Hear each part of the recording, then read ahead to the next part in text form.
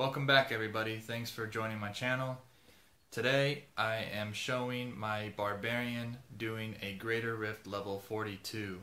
I was asked by one of you fellow viewers if I could successfully defeat a 42 Greater Rift without using Frenzy, and my only form of damage would be my Furious Charge and of course a little bit from the Ancients.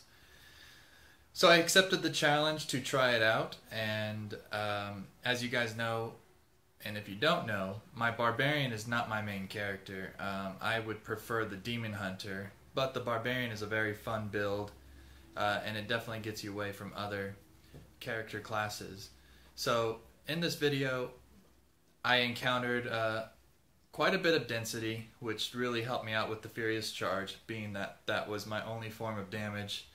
I don't really count my Ancients as a huge form of damage. They do well at times, but really the Furious Charge is everything, especially with the Battle Rage and all the effects that I've got.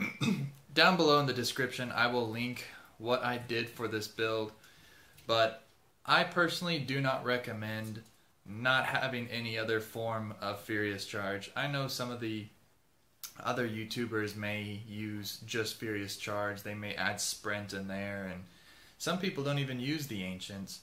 So I'll play around with other builds during this new patch for the 2.1.2, but in this video you will see towards the end, once I get to the Rift Guardian, that it becomes a challenge to just single-handedly kill the Rift Guardian. I mean, being a single target for a Barbarian doing Furious Charge absolutely sucks.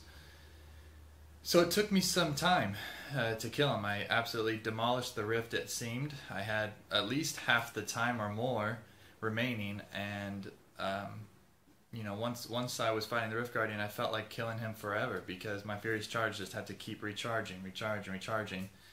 When his life got to about a quarter health, you know, it seemed to get easier because he kept summoning more and more skeletons. The more he died, the more he summoned more skeletons, so it helped me out. I got Bone Warlock. Quite easy boss for the Barbarian.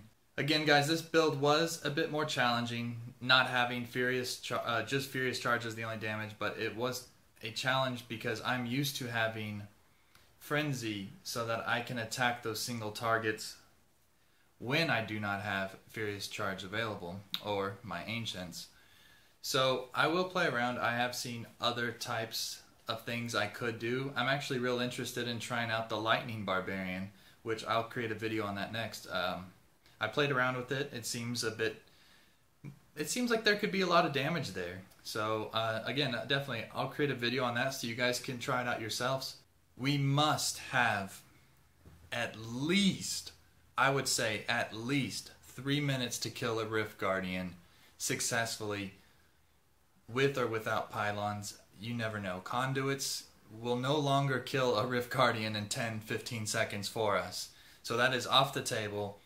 I think our only chance of doing very well is having either a channeling pylon or a power pylon, or both if you're that lucky.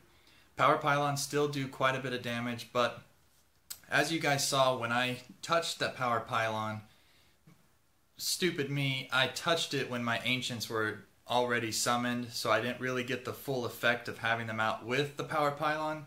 So a mistake on my part, but hey, I still beat the Rift. So do not be like me on that part. If you need to touch the power pylon and you got some time and you already have your Ancients out, wait for them to come back before you touch that power pylon, and then take advantage of them. I guarantee I could have taken a quarter of his health off with my Ancients and that power pylon. So that is a tip that you guys can learn from my mistake. Another tip that might help you guys out, I don't know, it helps me, my follower. I'm using the Templar because my Templar, he heals me when I need it, and I can help you guys out if you guys want to gear up your Templar a certain way, or heck, you guys can view my profile and how my followers are set up. But I prefer to have a socket on almost all of his items that you can give your follower except for his weapon, because critical hit damage is maxed out, I believe, at like 130%. So you can hit 130% quite easily for the Templar, or actually any of the followers. But what really helps, I feel, is putting those flawless royal rubies in the rings, in the necklace, and where you can, in the shield. Give him that extra strength. I know like our followers cannot do nearly as much damage as we can, but hey, every little bit of help that you can get is going to make your time so much better, I think. If you just have a poorly geared Templar, yes, your relic may say your follower may never die, but if he never dies and all he does is heal you once in a blue moon, what good is it? I'd rather have my Templar not dying and doing a bit more damage than hardly any damage at all.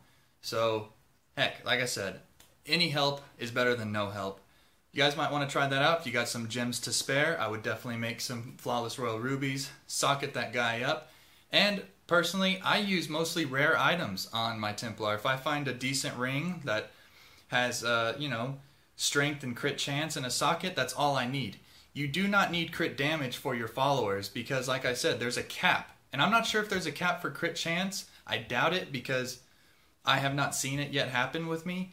But I put the 10% in the shield, 6% in both rings, and of course the 10 in the necklace.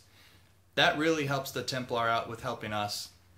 So give it a shot, guys. If you like this video, help me out. Give me the thumbs up, subscribe, and again, I'll see you guys next time.